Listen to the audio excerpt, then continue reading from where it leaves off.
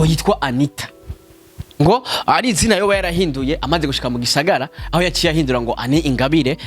Bamwe bakavuga ko ari ruguru yitwa Anita. Mbega icyo kintu naco kivuga kwiki?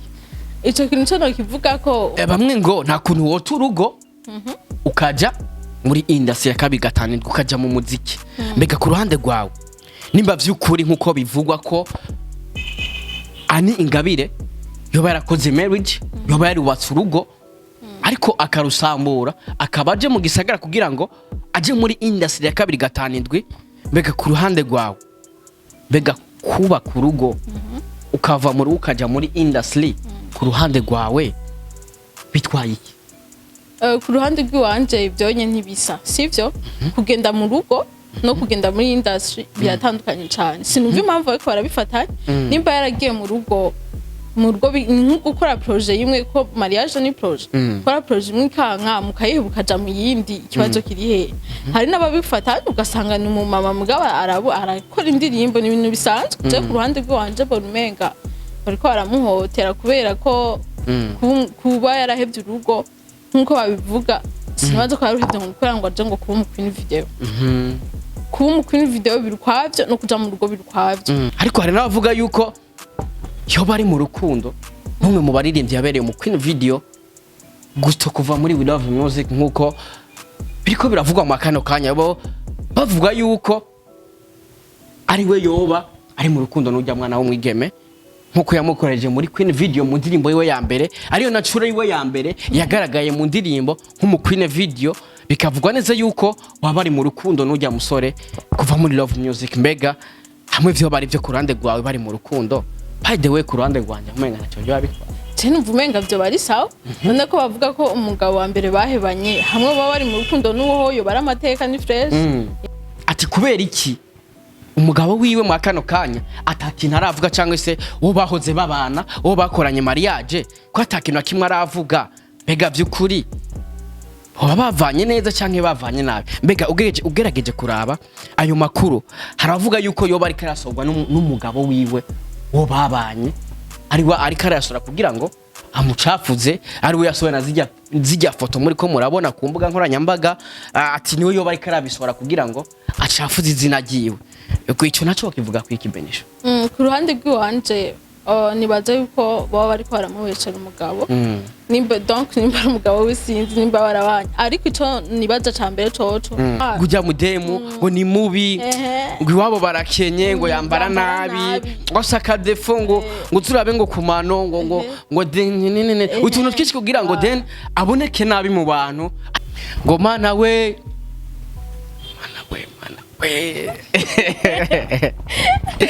kona kadesi kari mu ndirimbo ya DJ Fernando yitwa Berisina. Ngo mana we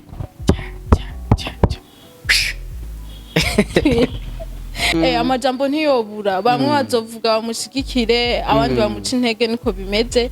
Ariko nibisanzwe, ariko nyene biragaragara mu bagenzi biwe kubera umva nta bandi bari bamuzi. Aje muri industry ayitwa Ani, peut-être abo bakuranye ruguru canke abagenzi bamuzi kuri Anita. Ariko je numva none Ani na Anita, by the way je numva umenga nta birenze tu, ahubwo gusa hari abantu bavuga neza yuko reka je ndavyite kwanka iterambere ry'umuntu. Kubera yuko Ani Ingabire numwe mu bantu bavuga neza yuko aje neza muri industry ya kabiri gatanu indwi.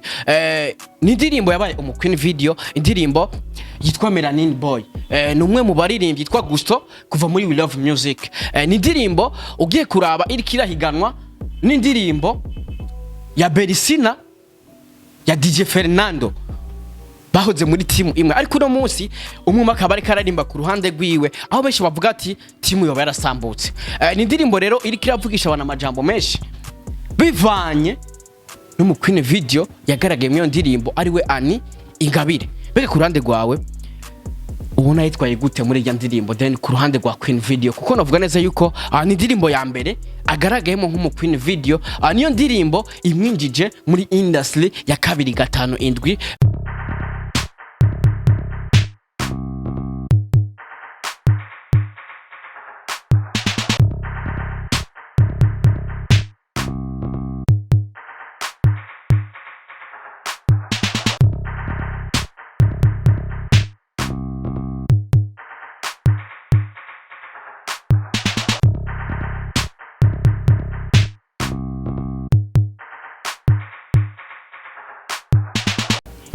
Oh yes, 1, 2, everybody. And my name is Radio. Oh, this is Lloyd TV in the place.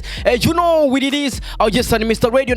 I'm back again. Nagaserero. Hamunda kubwira byinshi muri entertainment. Hamunda kuzanira aba hitmaker. Kuri micro ya Lloyd TV. Ladies and gentlemen, kora subscribe kugira ngo uzurabona professional interview, uzurahabwa update news. Kuri kamera uri kumena Airfed Carf. Ni watuma image uyibona imeze neza cyane. Ni watuma sound uyumva imeze fresh sana. Ni muri kiganiro tubabwiza ukuri show cha kiganiro kigo akajyo keza ko kumenya amakuru y'abastar, ko kumenya amakuru y'ivyamamare, ati mbega ivyamamare byacu ubibayeho gute. Wagwan my people, Ishopo Radio, bakuzi ba TV. Remember, my name is Radio, sewa wa promoter bose mu gihugu. Ata papa nta mwana, kugira abeho umwana habanza kubaho papa. Nije papa w'aba promoter bose mu gihugu. Very jello man. Yes, uno musi rero turi mu bwami bwa Lloyd TV, aho no kubya neza yuko afise umwe mu batumire, reka ndamwite umutumire witeka, umutumire women. Wagwana my people. Yes, ni Benisho uvuga neza yuko asanzwe ari umumenyesha makuru kuri Lloyd TV, mwamenye imigano byinshi bigiye bitandukanye, street quiz nibindi byinshi. Ibuki wacu, ibuki wanyu. Kora kubgejo. Wagwan my people. Yes, Benisho umeze neza. Umeze fresh sana. Ndashaka ugereze micro kuko uno munsi navuga neza yuko tugiye kuyaga ibintu biri big sana. Umeze fresh sana. By the way, you're so beautiful. Uraberewe, you know. Yes, bakozi wa Lloyd TV. Wait gatoya. Bakozi wa Lloyd TV, ndashaka kwanza komateri ya mbere ubanze wandike mbega ubona yaberewe by'ukuri. Ndi kumwe n'umwigemero uvuga neza yuko ubona ko yambaye akagoti ka rouge, indani yambaye agashati k'imirongo, mu mutwe afise igisuko kimeze fresh sana, agiteye babyita ni maquillage ne bituganye. Na maquillage iri babyita udufondoteye, by the way poudre isanzwe, ariko utuntu acarepia kungohe, acarepia kungohe, ona ko no kuminwa ameze fresh sana, iteye akantu bitwa akarabero nako kameze fresh. By the way, yambaye uduhereni tumeze neza cyane, yambaye n'agapentro kari mu bwoko bwa tisi, akari mu bwoko bwa tisi gasa ni bayita gute, gli. Yambaye agapantaro ka gli kameze neza kari mu bwoko bwa tisi. By the way, uraberewe sana. Merci.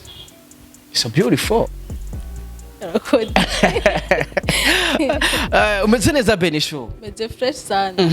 Ndashaka ndamukiza abakunzi ba Lloyd TV imbere ko dutangura ikiganiro cyacu, bambwiye ati mumeze neza cyane babakunzi bawe, bamakunda bya biganiro kora kubgejo n'ibindi byinshi bigiye bitandukanye. Bakunzi ba Lloyd TV ndabaramukije, n'abakunzi b'ibiganiro byanje, nizere ko mumeze neza. Kabisa. Nuko natangiye ndabibabwira, mumeze neza cyane. Ati mumeze neza cyane. By the way, ni ryambere dukanye ikiganiro kuva wakigwa muri Lloyd TV. Reka ndakukwipfurize kuzogira amahirwe n'imigisha uno mwaka, uzokubera umwaka mwiza, ibikorwa byiza, then kuronka abantu benshi kugira ngo uwo mwaka uzoba umusaruro kuri Benisho no kubwa Lloyd TV. Urakoze cyane. Imana izobigushobotse. Amen. Yes, uno musi novuga neza yuko cyati ndaguhamagara. Hari inkuru iri kirasirikira kuri uno mwanya. By the way, ni inkuru y'umwe mubigemere kandi amwita umwigemere kandi amwita umurundi kazi. Ni umwigeme yabonetse mu ndirimbo shasha, indirimbo y'umuririmbyi yahoze muri We Love Music. By the way, nkuko bayivuga bavuga yuko We Love Music yoba yarasambutse kuri uno munsi, ariko n'ibintu uzakugaruka ko twinjire mu mizi neza na neza, mbega by'ukuri We Love Music yarasambutse cyangwa iracyakora. Ariko mbere ko tujya kuri ibyo, ndashaka duhere ku mukwile video yagaragaye mu indirimbo yiswe Melanin, indirimbo ya Gusto kuva muri We Love Music. Ni indirimbo imeze neza cyane, ni n'indirimbo navuga yuko ikiravugisha abantu amajambo menshi biciye muri Queen video yabonetse muri iyo ndirimbo, ariwe umwigeme bita Ani Ingabire. Yitwa Ani Ingabire, niyo mazina y'ukuri, ariko tuzagaruka ku mazina yiwe y'ubusitani. Ariko reka duhere kuri Ani Ingabire kuko niyo mazina yiswe n'abavyeyi. Bega ku ruhande rwawe kubivugwa kuri ujya mwigeme yuko yoba yarakoze marriage, yoba yarubatse urugo, ariko mu nyuma akaza kurusambura, ariho aciye kubiza comeback akaza muri industry ya 257 nkuko mwabibonye. Yahereye kuri clip ari umukwine video y'umwe mu baririmbyi bahoze muri We Love Music nkuko bayivuga yuko barasambutse reka mvuge guco mbega ayo makuru kuri wewe iki kintu wayavuga ayo makuru ku ruhande rw'iwanje cyo mbana yavuga ko namakuru atari meza cyane kuko umuntu yahagurutse akerekana impano yiwe kumukwine video si bya bose hariho ababitinya hariho n'abandi babikora rero novuga yuko ari umubabaro cyane ucumenga ariko bamuca intege ucumenga yakoze ibidakorwa umunsi ku mapaje yose ni Ingabire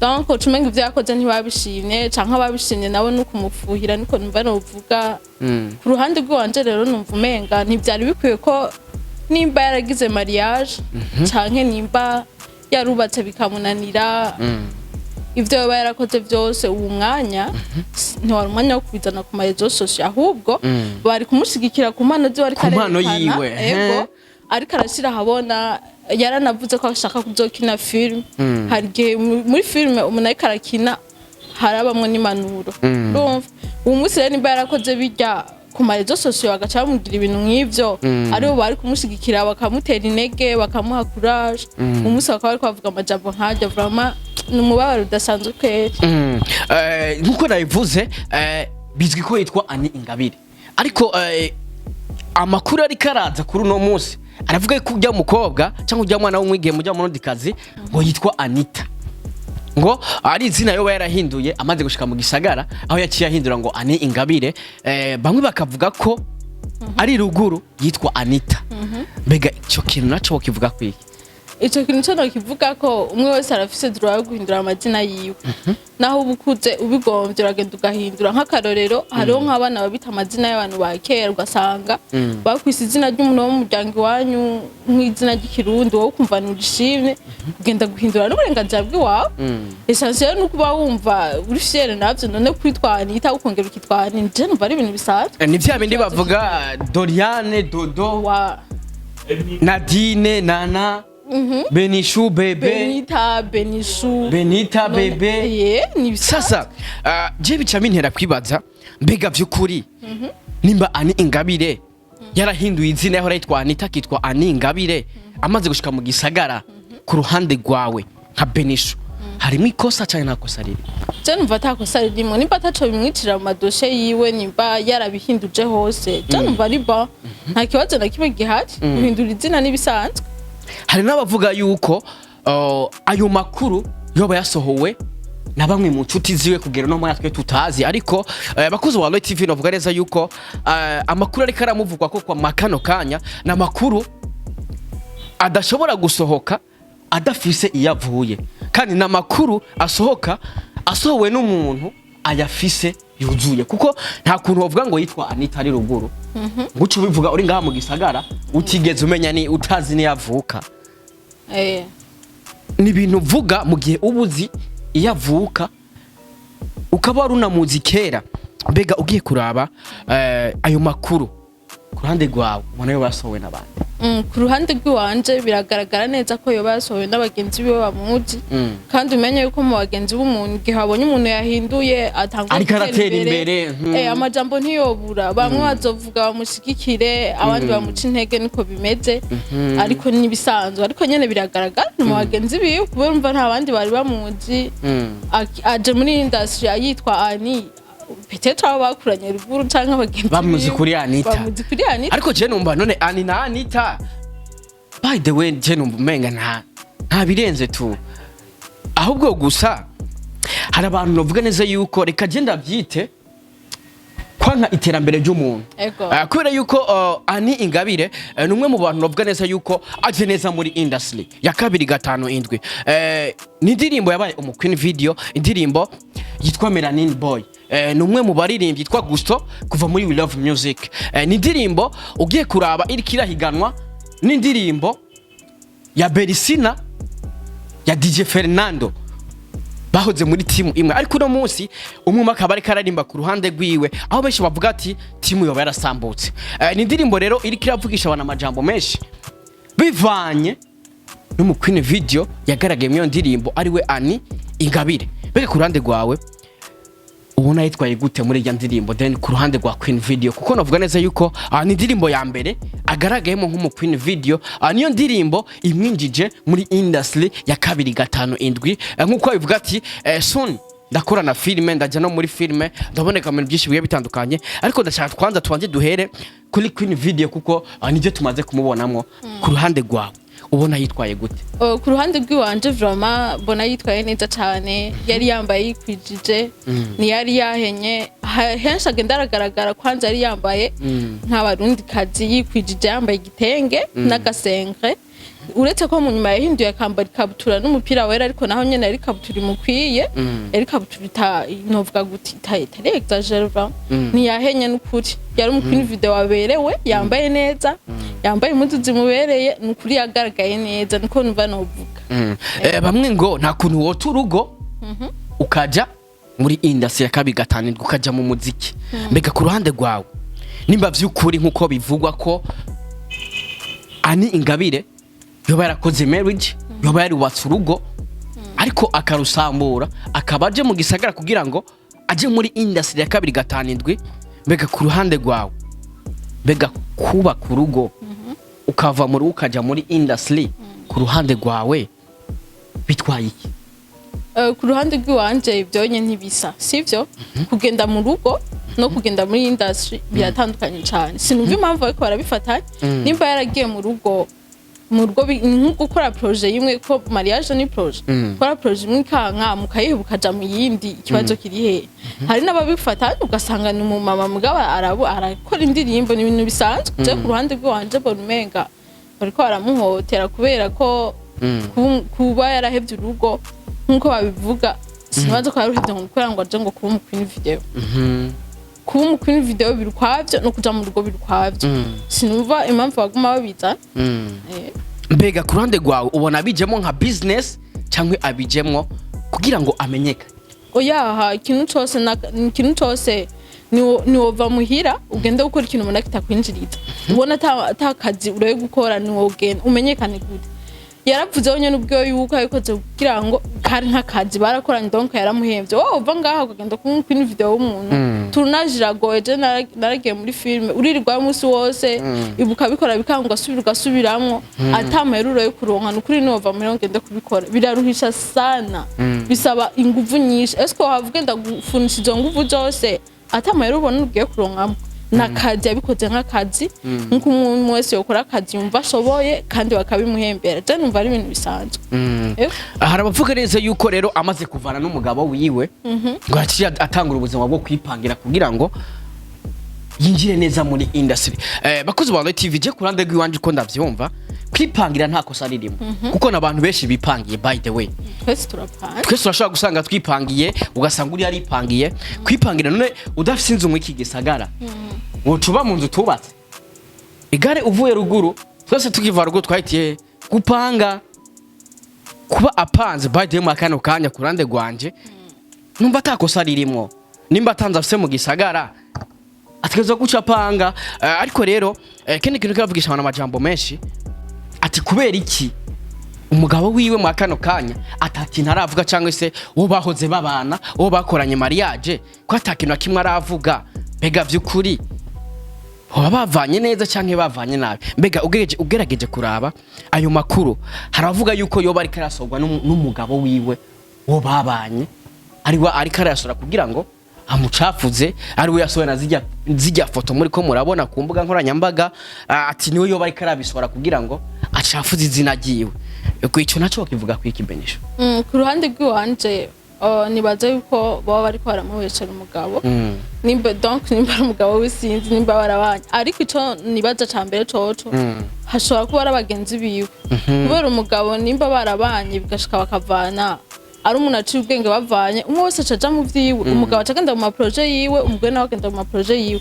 bagize amahirwe bakavana ata mwana bafitaniye nta mpamvu yo gusubira kuraba muha mwaravanye nyene umwe wese acagenda mu vyiwe undi akagenda mu vyiwe rero nibaza yuko hanini ho bari nk'abagenzi biwe bibaza ati araduteranya imbere arabaye umusitari no gihe gitoya mu gihe tuzi hari abantu benshi bakoze ubu Queen Video bakoze imyaka n'imyaka ariko batigera bavugwa batamenyekana rero nibaza yuko biko biva mu magenzi biwa nk'umuntu mwabara mugendana umusa kubonye umustar amapaje yose avuga wewe ahantu hose ce bavuga wewe ejo mwahora mugendana ubona batavugwa nk'uko jalousie nibura arashaka kuvuga ati girenza nayo makuru ndamuzimye abantu ntibasuye kumugira icizere nimba ari washaka kumushira muri kwini video y'indi ndirimbo ntasuye kuronka akazi ntibasuye kumwizera babona ko ari umuntu mubi cyane cyo numva novu hari bavuga ko bamuhora ubwiza by the way jya mwigeme ni mwiza sana no murundi kazi mwiza hari abavuga ko bariko baramuhora ubwiza afise bon ari nkabo yateye ipoto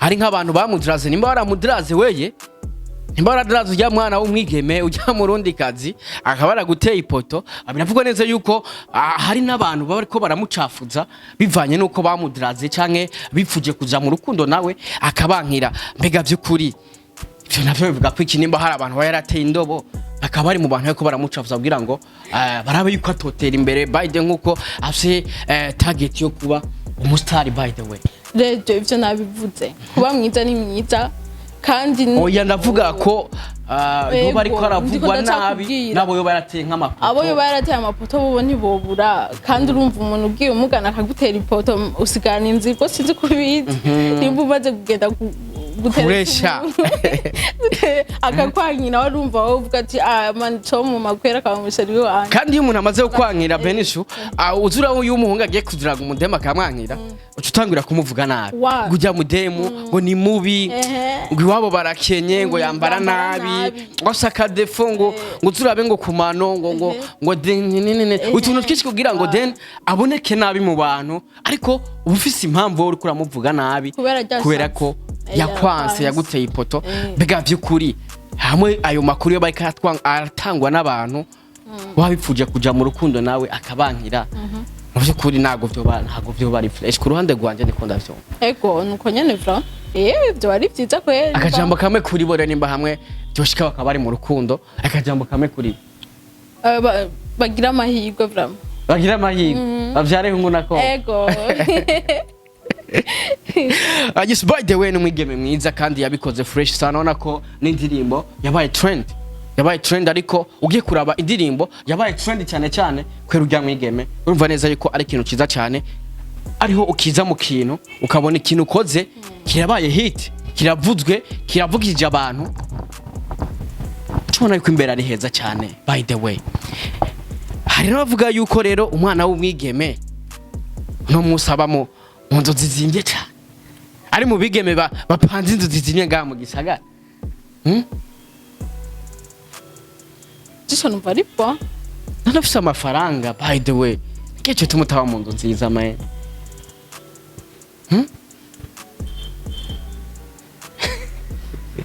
Nacho bituma numva nubwo nk'amayira akaguriwe iwe je numva ari sawa ahubwo hari n'abavuga yuko afise abana ruguru yo yabataye ruguru akaza mu gisagara Bega ayo makuru nayo hafuza bumve ko ari umuntu w'umumama donc uyu muntu yabaye umumama gaheba abana cumenga nta rukundo afise muri we rero bagerageza kurondera ikintu cyose kiremereye cyo mubabaza canke cyo tuma abantu badasubira kumwizera ngo bamuzane ngo asubire abere mu kwini video nibaza ko ari yo mpamvu ubundi kuvuga ngo arafise abana ko batabatwereka ku mafoto kubera iki baguma batwereka ifoto yiwe niboza nabo bana nabo tukababona je nibaza yuko vraiment nibaza ko ari amajambo yo kumucafuza gusa nkuko bivuze twebwe dukoreye ku byo tubona badewe naje kurande gwanje nuvuga ko atamwana afise kuko abasohoye ry'amafoto bari kuba bafise n'amafoto y'abana biwe ariko nta mafoto y'abana basohoye ifoto zerekana yuko gusa yabanye n'umugabo ariko nta mafoto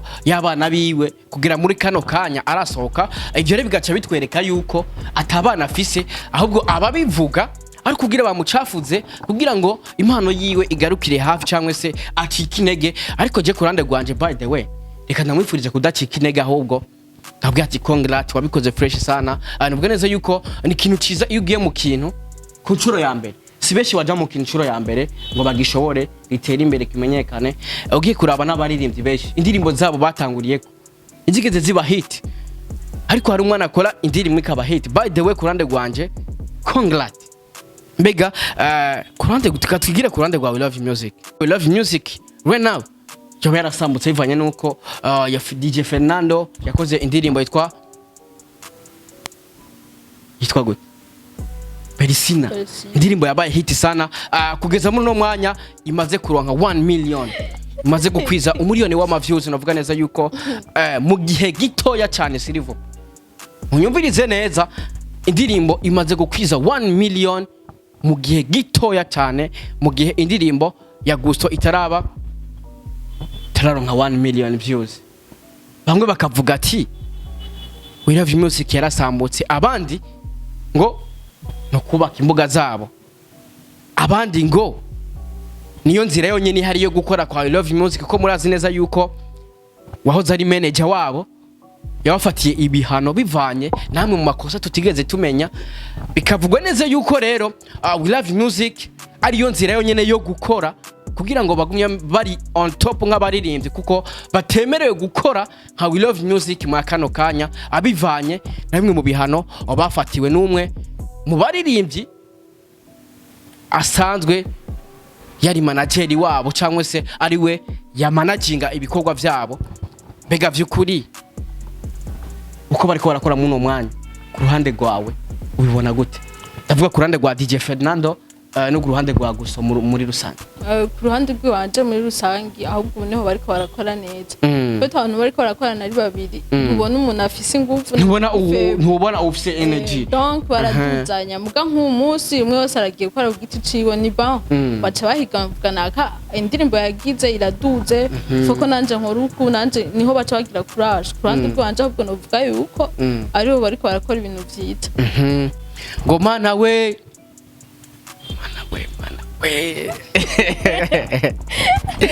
kuna kadesi kari mu ndirimbo ya DJ Fernando yitwa Perisina.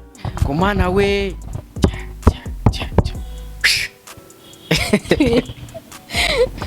sasa Benisho akajambo kamwe kwanza kuri Fernando kuri Gusto. Navuga neza yuko abahoze mu itsinda rya We Love Music nkuko biriko biragaragara, abatari ko barakora ku izina rya We Love Music, ahubwo umwe wese ariko arakora ku ruhande rwiwe.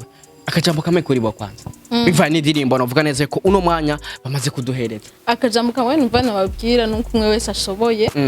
Indirimbo zisa n'izasohokeye igihe kimwe, ariko zose vraiment ni indirimbo ziryoshe cyane. Bose biboneka ko bashoboye, vraiment courage, babandanye bakora imiziki turyohera, ntibacike intege, bose barashoboye. Ariko by the way, mbere ko turangiza, ndashaka mbaze kino kibazo kugira ngo umuntu wese afite amakuru duhure muri commentaire. By the way, uze kwandika muri commentaire utubwire mbega ufite amakuru ameze gute. Ariko twa amakuru twabahaye ayo tumaze kuronka makano kanya nayo twababwiye. Ariko ndashaka mbaze kino kibazo, haravuga neza yuko Ani Ingabire ari mu rukundo na Gusto, uwo yabereye umukwine video, umuririmbyi yahoze muri We Love Music. By the way, makano kanya batari ko barakora nka We Love Music, umwe wese ari karakora ku ruhande rwiwe. Haravuga yuko ujya muririmbyi ari mu rukundo na Ani Ingabire nkuko yamwamubonye mu ndirimbo yiwe yitwa Melanin Boy. Mbega vy'ukuri bari mu rukundo? Mbega vy'ukuri nimba bari mu rukundo hari mwikosa? Haravuga neza yuko ujya mwigeme yoba yataye urugo akaza muri industry ya 257. Mbega vy'ukuri nimba yataye urugo, nimba yarakoze mariage, nimba yaravuye mu rugo, gutandukana n'umuntu bibaho, handi hari impamvu byabayeho. Se wenyene yoba atandukanye n'umugabo, se wenyene wavuye ku mugabo. Mbega kuva ku mugabo ukizira muri industry ukaja mu kazi ugakora impano yawe, harimo ikosa? Ku ruhande rwanje numva atakosa ririmo. By the way, beko turangiza, akajambo kamwe ku bakunzi ba Roy TV, akajambo kamwe ku bakunzi b'umuziki wa 257, akajambo kamwe ku bakunzi ba Melanin Boy, akajambo kamwe ku ndirimbo yitwa Perisina kuva DJ Fernando na Gusto. Akajambo kamwe kuri bo. Akajambo kamwe kuri bo nuko numva babashigikira, bakareka kubaca intege. Ubundi umuntu abafise umutima woroshe, hari gatangura projet abonye umuntu ariko aramuca intege ugasanga arabihevye, kandi usanga ari projet yodukiza. Numva rero bose cyo nababwira vraiment courage, batera imbere, bakora ibikorwa byinshi, birinda amajambo y'abantu. Amajambo ntiyubaka, bakora ibikorwa gusa. by the way no mwigema araberewe sana natangwe ndabikubwira ariko reka ndabisubire mbere yo kurangiza kandi wewe uraberewe sana so beautiful wifunza akantu k'ubwenga aka costume bakita gute aka vest k'ubwenga yambaye agapantaro k'ibara gitwa gute gris n'agashati k'ubwenga indani k'imirongo naga smartwatch aho ifunze fo kandi wewe Yes, bakunzi ba Loy TV reka ndagushimire cyane Benishu wakoze kuduha umwanya wakoze kuyaga n'abakunzi ba Loy TV by the way kuko hari byinshi bari bakeneye kumva niyo zera yuko baza kumva makino kiganiro reka ndagushimire cyane wakoze kuduha umwanya ndabwira ati merci beaucoup thank you so much nawe wakoze cyane kabisa bakunzi ba Loy TV aje wari kurumva kuri micro umane Miss Radio kuri kamera wari kumena Airfage Carf niyo yatumye image ibona imeze nza cyane niyo yatumye sound uyumva imeze fresh sana ni muri cya kiganiro twabwize kuri show cya kiganiro kigwa akanyo keza ko kumenya makuru y'abastar ko kumenya makuru ivyamamare ati beg ivyamamare byacu ubibayeho gute by the way radio promoter se wa promoter bose mu gihugu wagwana ata papa na mwana we love you so much dusubire ubutaha ciao ciao kari kumena Benishu wagwana my people let's get it